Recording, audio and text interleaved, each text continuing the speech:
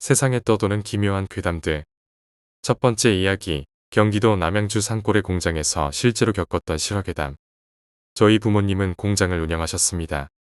보통 공장은 주택가에서 멀리 떨어진 곳에 산 안쪽에 세웁니다. 콤프레셔나 각종 기계들 소음이 꽤나 크기 때문이죠. 우리 공장도 남양주의 산골 안에 공장이 밀집해 있는 곳에 위치하고 있었습니다. 밤이 되면 인적이 끊기고 공장 자체도 산 바로 옆에 있어서 직원들이 퇴근하면 공장 인근엔 아무도 없었습니다. 그래서 밤늦게 넓고 컴컴한 공장에 들어가면 으스스했었습니다. 그것도 공장이 익숙해지고 나서는 아무런 느낌도 없었지만요. 고등학생 때부터 공장 일을 도와드리긴 했지만 본격적으로 몸을 써서 도와드린 건 대학에 진학하고부터였습니다. 대학 재학 중 방학 기간에 알바보다는 부모님 공장에서 일을 도와드리곤 했습니다. 공장이 작은 편이라 직원이 몇 명 안 되어서 저라도 도와준다면 많은 힘이 됐죠. 제품 나온 걸 납품하는 것도 도와드리려 일종 보통 면허도 따서 남양주부터 부산까지 수십 번 왔다 갔다도 했습니다. 그날도 제품을 납품하고 밤늦게 차에 짐이 실린 나머지 짐을 공장에 내려놓고 퇴근하려 공장으로 돌아가는 길이었습니다. 서울 쪽에서 남양주로 접어들어 공장이 있는 동네로 들어가려면 구불구불한 산길을 넘어 쭉 내려가야 하는데 가는 길에 주유소가 하나 있었습니다. 인적이 드문 길인지라 밤 10시쯤 되면 주유소는 문을 닫았죠. 보통 장거리를 뛰면 혼자 운전을 하면 졸음이 올 수도 있고 피곤하기 때문에 두 명이 교대로 운전을 했는데 그날도 공장 동생과 저 둘이 부산에 갔다 오는 길이었습니다. 가는 길에 제가 운전을 했기에 동생이 좀 쉬라면서 자기가 운전대를 잡더군요. 차도 수동인지라 피로하기도 했고요. 그래서 조수석에 앉아서 여자친구와 통화를 하면서 가는 길이었습니다. 구불구불한 고개를 넘어 주유소 앞을 지날 때쯤이었는데 창밖을 보면서 통화를 하고 있었습니다. 주유소 앞 간판 위치에 어떤 여자가 바닥에 주저앉아 있는 겁니다. 저는 순간적으로 놀라서 여자친구한테 금방 전화한다고 하고 끊고는 차 좀 세워봐 라고 말했죠. 그때 동생은 노래를 틀어놓고 신나게 따라 부르고 있었죠. 차가 순간적으로 지나가서 자세히는 못 봤는데 그 여자분이 주저앉아서 바닥에 떨어진 뭔가를 줍고 있길래 무슨 변을 당한 건가 보다. 이런 으슥한 곳에 여자 혼자 있을 리가 없다. 이렇게 생각을 해서 동생 보고 급히 차를 세우라고 한 것이었습니다. 동생은 심각성을 모르고 몇 번을 되물으면서 형, 왜 그러는데? 하면서 한참을 가는 겁니다. 주유소가 안 보이는 곳까지 가고 있자 저는 다급해서 이 새끼야, 차 돌리라고. 저기 주유소에 여자 쓰러져 있는 거 못 봤어. 이렇게 동생한테 소리를 질렀습니다. 그제서야 동생은 놀라서 여자가 쓰러져 있다고 하는 겁니다. 그래, 차 돌려서 주유소로 빨리 가. 동생은 아무 말 없이 차를 돌렸습니다. 차를 돌려 산을 다시 거슬러 올라가 주유소 앞에 갔는데 아까 그 여자가 없는 겁니다. 차를 세우고 저는 차에서 뛰어내려 인근을 샅샅이 뒤지고 있는데 동생이 말했죠. 형, 아무도 없는 것 같은데 빨리 가자. 하면서 재촉하는 겁니다. 저는 이상하다. 분명히 봤는데 하면서 여기저기 찾아보고 계세요? 하고 소리도 질렀습니다. 하지만 아무도 없었죠. 혼자서 이상하다라고 하면서 차에 타니까 동생이 차문을 잠그면서 차를 돌리더군요. 근데 차 방향을 돌리는 그 짧은 순간에 산 위부터 안개가 내려오면서 바로 앞 5m도 안 보일 정도로 자욱하게 꼈습니다. 그때까지도 저는 그 여자가 어디 갔을까 하면서 생각하고 있는데 동생은 아무 말도 안 하더라고요. 겨우 산을 내려와 다른 차도 보이고 그러니 그제서야 동생이 입을 뗐습니다. 형, 아까 왜 그랬어? 거기에 진짜로 아무것도 없고 아무것도 못 봤어. 근데 갑자기 형이 막 사람 찾는다고 내려서 그러니까 무섭더라고. 내려오면서 백미러를 한 번도 못 봤어. 그러면서 덧붙이더군요. 만약에 형 혼자 공장 오는 길이었으면 진짜 큰일 났었을 것 같아. 그때 아마도 제가 공장 일을 하면서 기운이 허해서 헛것을 본 것 같은데 동생 말대로 혼자 그 일을 겪었다면 어떻게 됐을까요? 동생이 재촉을 하지 않아서 조금만 늦게 차에 탔더라면 어떻게 됐을까요? 이번에 들려드릴 이야기는 공장 안에서 겪은 이야기입니다. 두 번째 이야기, 무당의 아들. 아마도 2차 정기 휴가를 마치고 복귀했을 때인 것 같은데 우리 부대는 강원도에 있는 이사단이었지. 복귀하고 보니까 우리 분대에 아들 군번 한 놈이 들어왔어. 내가 분대장이라 대충 보니까 애는 좀 뚱뚱한데 싹싹하고 괜찮아 보였지.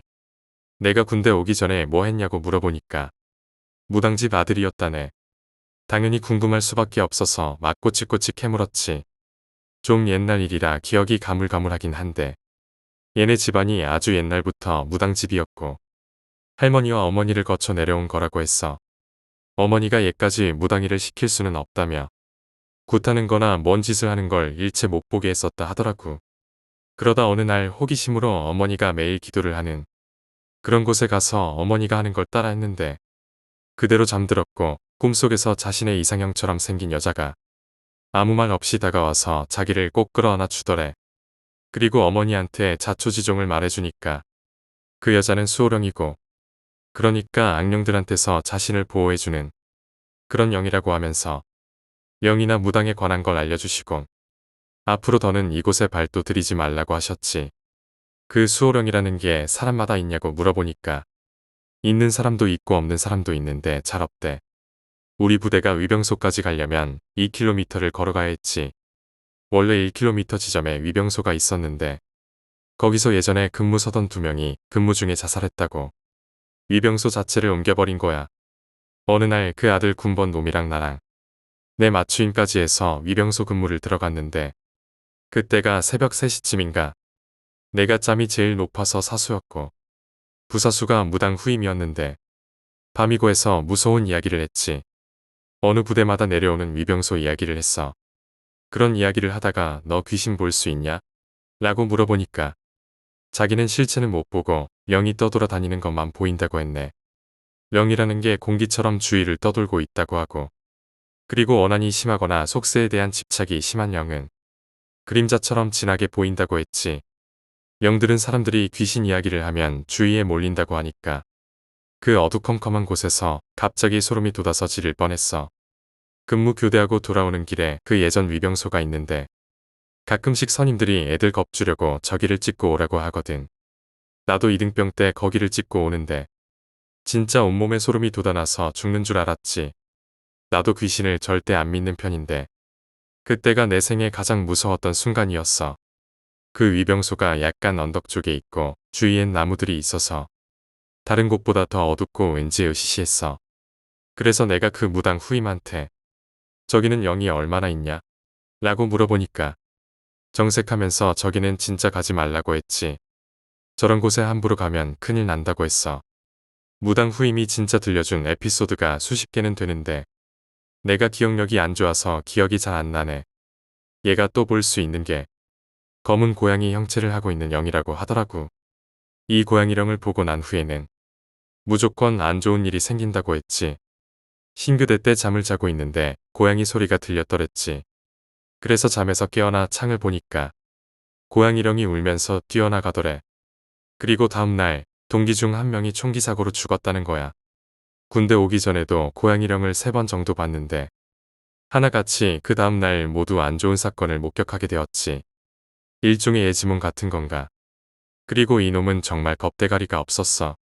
물론 선임한테 대하는 태도나 이런 게 아니고 그냥 귀신이나 이런 거에 대한 겁 자체가 없었지.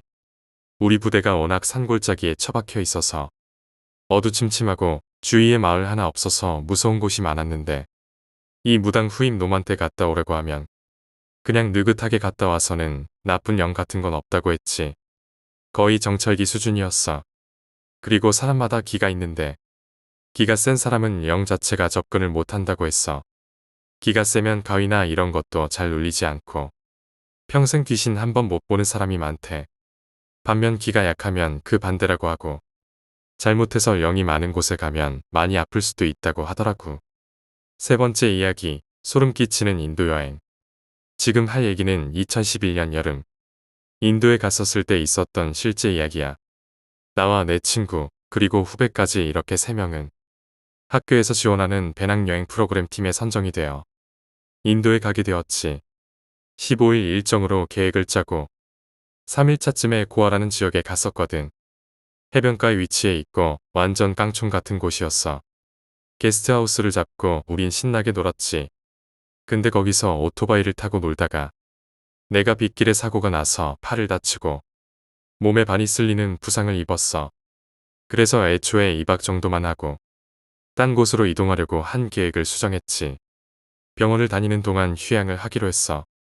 이 몸으로 무거운 배낭도 못 들고 후덥지근한 날씨의 상처가 더 커질 수도 있으니까. 우리가 묵었던 게스트하우스는 길가에서 숲 쪽으로 들어가야 하는 곳에 위치해 있어서 밤이 되면 한치 앞도 보기 힘들지만 자연 속에 있는 느낌이 있어서 마음의 안정 같은 걸 느끼기가 좋았지. 또 거기서 키우는 개도 서너 마리가 있는데 덩치도 크고 무슨 황소같이 생겼어. 근데 훈련을 잘 받아서 우릴 보면 꼬리도 흔들고 잘 반겨줘서 내 친구와 후배가 밖에 관광을 다니면 나는 집에서 개들하고 놀았지. 게스트하우스라 다른 여행자 몇 팀도 있어서 밤이 되면 저녁을 먹으면서 같이 술도 먹고 했어. 나름 이렇게 만족스러운 휴양을 즐기고 있었는데 그날도 주류점에서 맥주하고 열대과일을 안주 삼아 먹고 잠에 들었지. 근데 잠을 자는데 밖에서 비명소리가 들리는 거야. 난 처음에 꿈을 꾼 건가 싶어서 잘못 들었겠지 하고 긴가민가 하고 있었어. 소리가 엄청 처절하고 컸거든. 꿈을 거야 하고 했지만 혹시나 해서 아주 작은 목소리로 옆에 있는 후배한테 무슨 소리 못 들었냐고 물었지. 어차피 자는 중이라 대답 못할 거라 생각했거든. 저 비명은 내 꿈속에서 들린 거라고 생각했는데 형도 들었어요. 라고 답하는 거야. 머리가 쭈뼛서고 소름이 끼치는 듯한 느낌이 들더라고. 내 친구도 잠에서 깬 채 상황을 주시하고 있었고 아무리 건장한 남자 셋이라지만 그것도 숲속에서 한밤중에 어찌할 수가 없잖아. 우리는 우선 무슨 일인가 살피려 문 쪽에 귀를 대고 있었어. 근데 그 게스트하우스 마당이 돌자갈로 되어 있는데 계속해서 소리가 나는 거야. 창문을 열어보고는 싶은데 그럴 용기는 없고 별의별 생각이 다 들었지. 어렸을 때 봤던 호스텔이라는 영화도 생각나고 각종 공포 영화가 마구 생각나서 혹시나 하는 마음에 짐을 문 쪽에 두고 거의 뜬 눈으로 밤을 지새웠지. 그렇게 숨죽이면서 있으니 어느덧 새벽이 되었어. 그제서야 밖에서 조금씩 인기척이 들려오더라고. 그래서 우리도 문 열고 나가봤는데 집주인은 그냥 덤덤하게 청소하고 있었지. 비명소리 못 들었나 싶어서 괜히 설레발친 우리만 뻘쭘한 상황이었어. 긴장감이 풀려 의자에 앉아있는데 거기서 키우는 개가 사람 팔을 물고 돌아다니더라고. 실제 사람 팔을 그냥 덜렁거리면서 물고 다녔지. 근데 더 웃긴 건 주인이 그걸 보고 아무렇지도 않게 팔을 뺏어서 숲 쪽으로 던졌어. 이게 컬처 쇼크인가 싶었지. 알고 보니까 그 지역에 여행자들이 많이 오고 있어서 마약 거래가 활발히 이루어지는데 가끔 마약 판매상과 거래하는 사람 사이에서 트러블이 생기는 경우가 있거나 자기네들끼리 다투는 경우가 있는데 그럴 때마다 바닷가나 숲속에서 종종 시체가 나온다더라고. 전날에도 그러한 일이 있었던 것 같아서 우리는 시겁했지. 그래서 현지인들은 외국인들 보고 해가 떨어지면 얼른 숙소로 들어가라고 붙잡으면서 얘기해 주더라고. 잘못 걸리면 흔적도 없이 사라지니까 말이지. 우리는 그 이후로 해가 떨어지면 밤 8시가 되기 전에 후딱 숙소로 돌아왔어. 큰 도시 아니면 아예 가지도 않았어. 근데 그 팔이 아직도 기억난다. 그런 걸 실제로 보게 될 줄이야. 괜히 밤문화를 즐긴다고 치안 안 좋은 곳에서 얼쩡거리다가 지워질 수도 있어. 네 번째 이야기, 자취방의 귀신. 미리 말씀드리자면 저는 영적인 능력을 가지고 있는 사람은 아닙니다. 하지만 몸이 이상하다 싶을 때 자주 귀신을 목격하곤 합니다. 무서운 것을 즐긴다거나 귀신을 무서워하거나 한 것은 아니지만 이런 이야기는 나누면 즐겁기도 하고 꽤 신선한 경험담이라서 얘기해 보려고 결심했네요. 다른 이야기들도 많고 겪은 일도 많지만 무엇보다도 현재 겪고 있는 이야기를 해볼까 해요. 서론이 길었네요. 본론으로 들어가 보자면 제 자취방에서 일어난 일입니다. 저는 원래 살던 자취방이 있었는데 매일 담배 사러 다니던 슈퍼 아저씨가 친절하시고 온화하시길래 가게 바로 위에 운영하시는 자취방으로 옮겨 살게 되었어요. 방도 꽤 괜찮은 편이고 살기도 괜찮고 무엇보다 학교와 더욱 가까워져서 좋다고 생각했죠. 짜증나는 일은 바로 앞집 오른쪽 방에 사는 여자가 너무 시끄럽다는 거였어요. 밤낮을 가리지 않고 무슨 오디션을 준비하는지 음악을 틀어놓고 쿵쿵대는 겁니다. 하루는 제가 하도 짜증이 나서 문을 열고 저기요. 401호 씨, 좀 조용히 해주실 수 없으세요? 하니깐 앞집에서도 웅성웅성하는 소리가 들렸죠. 제가 불편하면 당연히 다른 사람들도 불편하겠거니 해서 참다 못해서 한 소리를 했던 거였습니다. 전 원래 조용하고 인내심이 강한 편이라 가급적이면 누구에게든 싫은 소리를 안 하거든요. 아무튼 그날은 그대로 조용해지는 듯 했어요. 그러나 새벽에 제가 친구들과 술을 한잔하고 돌아오는 중이었는데 오늘은 친구들도 같이 춤을 추는지 무슨 배를 두들기는 소리도 나고 깔깔대는 소리도 나고 정말 이건 아니다 싶어서 취하기도 했고 문을 두드렸습니다. 그런데 문도 안 열어주고 음악도 끄지 않은 상태에서 무슨 일이세요? 이러는 겁니다. 그래서 제가 어쩌다 한번 그러는 것도 아니고 매일 이렇게 소란스러우신데 조금만 자제해 주셨으면 좋겠네요 라고 하니깐 대답도 없고 아무 대꾸도 없이 음악이 멈추고 불 끄는 소리가 뚝 하고 들리는 겁니다. 그러고는 아무 소리도 없이 조용해져서 속으로 생각했죠. 뭐 저런 싸가지 없는 게 다 있어. 진짜 한 번 더 그러면 그땐 너 죽고 나 죽자라는 생각을 했었죠. 이런 말을 친구들한테 하면서 상욕을 해대니깐 친구들이 주인 아저씨한테 말씀드리는 편이 낫겠다고 말했습니다. 그때까지 저는 주인 아저씨께 이러쿵저러쿵 싫은 소리 하기가 싫어서 참고 있었습니다. 그러다가 참다 못해서 지금까지 있었던 일을 다 말씀드리려고 했죠. 그 401호 말인데요. 라고 말하자 안 그래도 부탁 좀 하려고 했는데 누구 들어온대. 방이 안 나가서 죽겠어. 라고 말씀하셨죠. 결론은 401호에는 사람이 살지 않습니다. 아저씨께 들은 바 그대로 말씀드리면 401호에는 제가 복학하기 훨씬 전부터 사람이 살지 않았고 현재 4층에 살고 있는 사람은 저밖에 없다는 겁니다. 저는 지금까지 수많은 인기척도 느껴왔기 때문에 당연히 사람이 있을 거라고 생각하고 있었고 특히 401호 여자와는 대화까지 했는데 상황이 이렇게 되니 이거 참 뭐라고 표현을 해야 할지 무섭다는 것까지는 모르겠고 멍하더군요. 저는 원래가 이런 현상에 대해서는 무감각하고 무서움이라는 건 제 위에 있는 형에게 느껴본 것 말고는 없습니다. 지금껏 많은 귀신들을 목격했지만 솔직히 무섭다는 생각보다도 왜 저러고 살지라는 생각 정도였죠. 그냥 단지 찝찝하네요. 무엇보다 아직도 시끄럽게 떠드는 소리와 음악 소리, 그리고 쿵쿵대는 소리와 사람 소리가 들리고 있다는 거예요. 아직까지 뭐 해코지가 있다거나 하는 건 없고 단지 시끄러운 것밖에는 없는데 혹시 이런 현상들이 정말 안 좋다거나 이사를 해야 한다거나 하는 의견들이 있으시면 말씀해 주셨으면 해요. 주인 아저씨께는 그냥 요 근래 못 먹어서 그런지 헛소리가 들리는 것 같다고 둘러댔습니다. 괜히 이상한 놈 취급받는 것도 싫고 아저씨께서 찝찝해 하실까봐요. 401호 방문은 오픈되어 있는 상태였습니다. 열려 있다고 아저씨께서 말씀하셔서 확인차 들어가 봤는데 정말 빈 방이더군요. 5번째 이야기, 교통사고를 당한 환자들의 특실. 병원에서 겪은 일입니다. 1997년쯤이었을 겁니다. 당시 영업사원으로 근무하던 저는 과도한 업무로 제때의 식사를 못해 영양실조로 병원에 입원하게 됐습니다. 그런데 제가 입원한 병실은 침대가 8개 있는 교통사고 전용 특실이었습니다. 그 병실에는 저 말고도 거동을 할 수 없는 전신마비로 수개월째 입원한 청년 한 명이 있었고 나머지는 비어 있었습니다. 바닥에는 환자들이 버리고 간 슬리퍼가 어지러이 뒹굴고 있었고 제 자리는 벽에 붙은 TV 아래였습니다. 병원에서는 보호자가 곁에 있을 필요가 없다고 해서 부모님은 집으로 들어가셨고 첫날 진찰 후 잠자리에 들 때 옆 탁자에 안경을 벗고 잠이 들었습니다. 그런데 아침이 돼서 눈을 뜨니 너무나 환하고 잘 보이는데 어렴풋이 얼굴을 만져보니 안경이 씌워져 있었습니다. 내가 안경을 쓰고 잤나 하고 의심이 들었지만 간호사에게 물어봐도 영양실조라 그런 거라고 핀잔만 주었습니다. 다시 밤이 됐고 이번엔 안경을 쓰고 자면 어떻게 될까 하는 호기심이 들었습니다. 그래서 안경을 쓰고 잠자리에 들었는데 아침에 눈을 뜨니 안경이 벗겨져 탁자도 아닌 보호자들이 이용하는 보조 침대 위에 놓여 있었습니다. 저는 이번에도 간호사에게 물었지만 병실에 들어간 적이 없다는 말을 들었습니다. 그때 문병을 오신 목사님에게도 말씀을 드렸지만 피식 웃기만 하실 뿐이었습니다.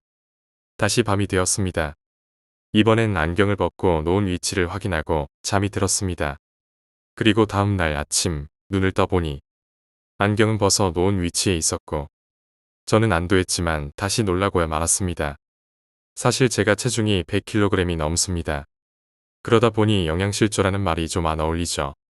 그런데 병원에서는 잘 먹고 잘 자면 금세 나을 수 있다고 해서 침대도 TV 밑으로 배정해 일찍 잠을 청하도록 했습니다. 그래서 항상 눈을 뜨면 TV 받침대가 보였는데 그날 아침에는 천장이 보이더군요. 침대에서 일어나 보니 침대가 약 1m가량 통로 쪽으로 나와 있었고 벽 앞에는 슬리퍼 한 짝이 침대 쪽을 향해 놓여 있었습니다. 제 생각에는 아마도 그 침대에서 죽은 외다리 환자가 제가 입원한 것이 못마땅해서 그런 것이 아니었나 생각이 듭니다. 지금도 그때 생각하면 오싹합니다. 6번째 이야기, 할머니의 휠체어. 사촌형이 군복무하실 때 겪으셨던 경험담입니다. 사촌형이 일병이었을 시절 어느 날 밤이었습니다. 야간 경계 보초를 서고 있을 때였습니다.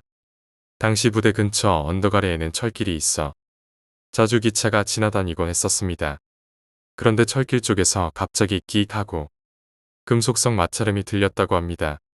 놀란 사촌형이 언덕 아래로 내려가 철길을 살펴보니 할머니 한 분이 휠체어를 밀면서 철길을 지나가고 계시더랍니다. 할머님 어서 나오세요. 위험합니다. 언제 기차가 올지 모르는 상황이기 때문에 사촌형이 할머니께 소리치며 나가는데 온몸에 털이 쭈뼛 서는 걸 느꼈습니다.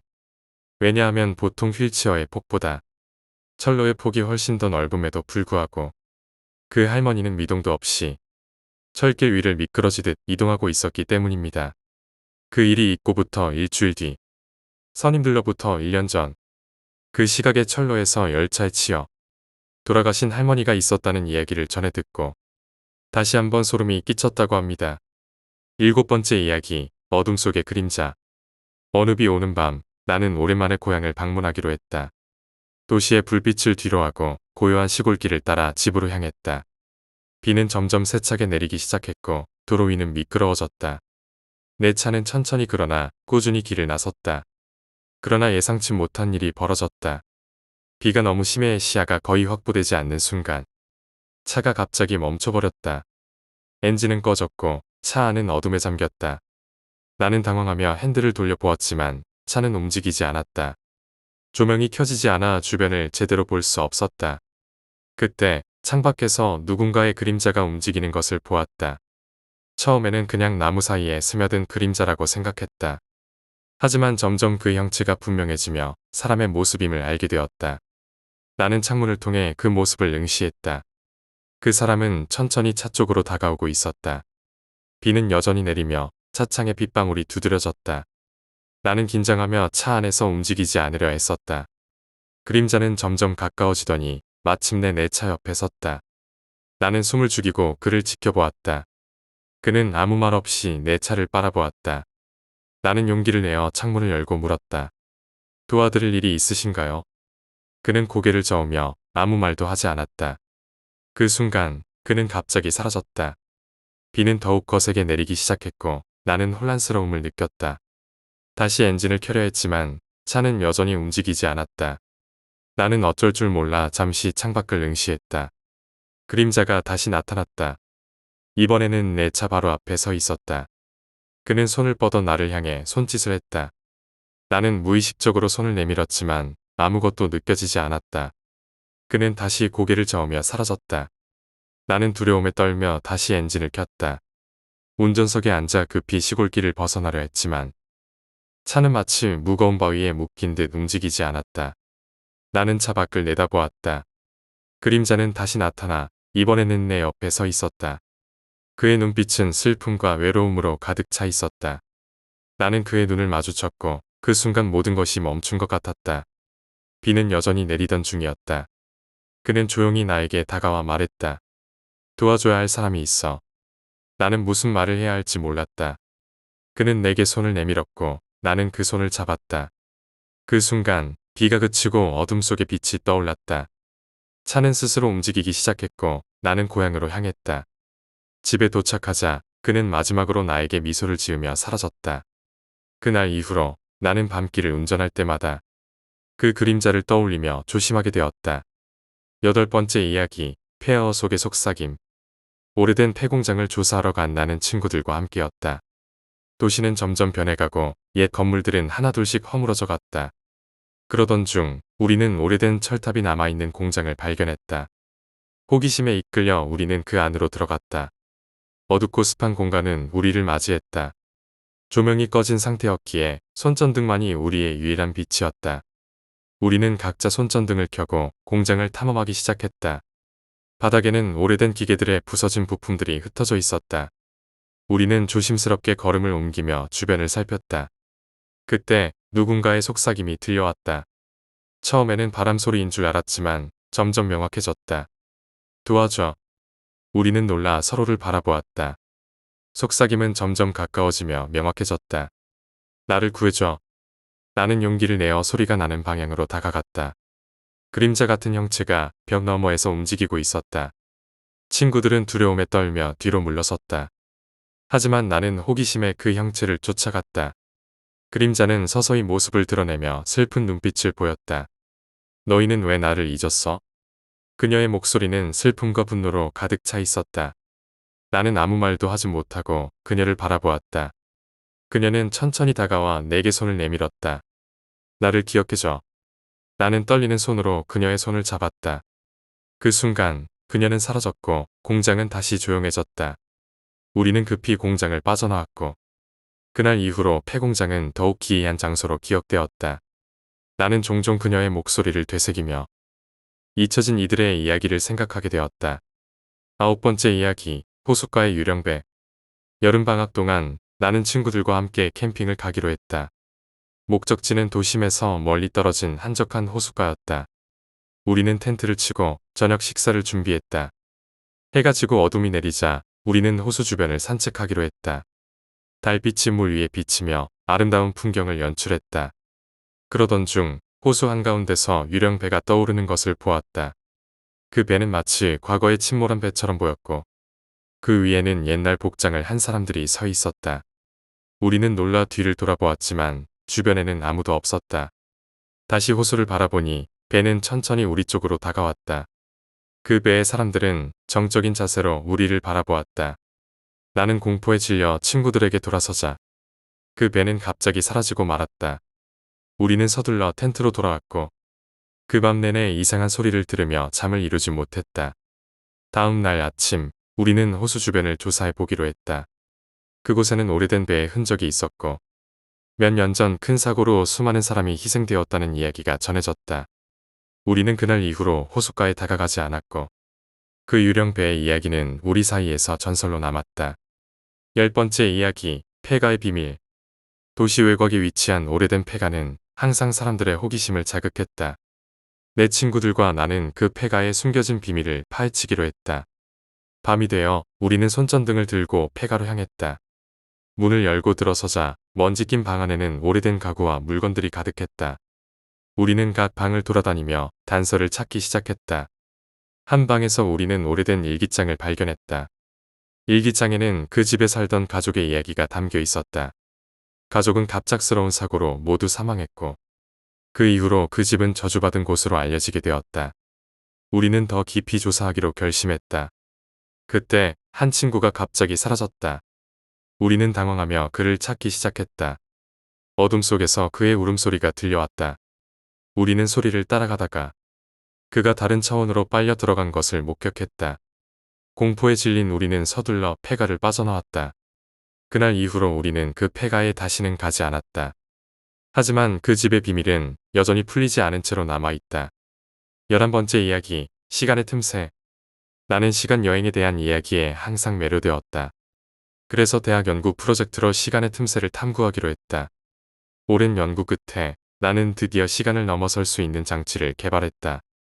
실험을 시작한 날, 나는 미래로의 첫 발걸음을 내딛었다. 눈을 떠보니 나는 낯선 도시에 서 있었다. 모든 것이 현대적이었고 사람들은 빠르게 움직이고 있었다. 나는 미래의 기술과 문화를 관찰하며 시간을 보냈다. 그러나 돌아갈 시간이 다가오자 나는 패닉에 빠졌다. 시간의 틈새를 통해 돌아가려 했지만 장치가 갑자기 작동을 멈췄다. 나는 혼란스러움 속에서 돌아갈 방법을 찾았다. 그때 이상한 빛이 나를 감싸며 미래의 나 자신이 나타났다. 미래의 나는 나에게 경고했다. 시간의 흐름을 건드리지 마라. 그것은 치명적인 결과를 초래할 것이다. 나는 고개를 끄덕이며 돌아갈 준비를 했다. 그러나 장치는 다시 고장이 나. 나는 영원히 미래에 갇히게 되었다. 그 후로 나는 미래의 삶에 적응하며 과거로 돌아갈 수 없음을 받아들였다. 시간의 틈새는 나에게 큰 교훈을 주었다. 과거와 미래를 건드리는 것은 생각보다 위험한 일이라는 것을. 12번째 이야기, 그림자의 속삭임. 어린 시절, 나는 외딴 시골집에서 할머니와 함께 살았다. 그 집은 숲속에 자리 잡고 있었고, 주변은 항상 안개로 덮여 있었다. 어느 날 밤, 나는 이상한 소리를 들었다. 부엌에서 누군가의 속삭임이 들려왔다. 나는 용기를 내어 부엌으로 갔다. 그곳에는 아무도 없었지만, 어떤 그림자가 벽을 타고 흘러내리고 있었다. 그림자는 천천히 나를 향해 다가왔다. 나는 공포에 질려 집으로 돌아가려 했지만 문이 갑자기 닫히고 말았다. 그림자는 내 옆에 서서 말했다. 나를 잊지 마. 나는 두려움에 떨며 할머니를 불렀다. 할머니는 침대에 앉아 나를 바라보았다. 그림자는 옛날부터 이 집을 지키는 영혼이란다. 나는 무언가 이상함을 느꼈다. 그림자는 다시 움직이며 속삭였다. 도움을 줘야 해. 할머니는 나에게 조용히 말했다. 그림자는 우리 가족의 비밀을 지키고 있단다. 나는 할머니의 말을 이해하지 못했다. 그림자는 점점 더 가까워지며 나에게 다가왔다. 그 순간 나는 깨달았다. 그림자는 우리 가족의 과거와 연결된 존재였던 것이다. 나는 할머니에게 더 많은 이야기를 듣기로 했다. 그날 이후로 나는 그 그림자와의 대화를 통해 가족의 비밀을 하나씩 풀어가기 시작했다. 그림자의 속삭임은 나에게 큰 용기를 주었고 나는 그 존재와 함께 우리의 과거를 치유해 나갔다.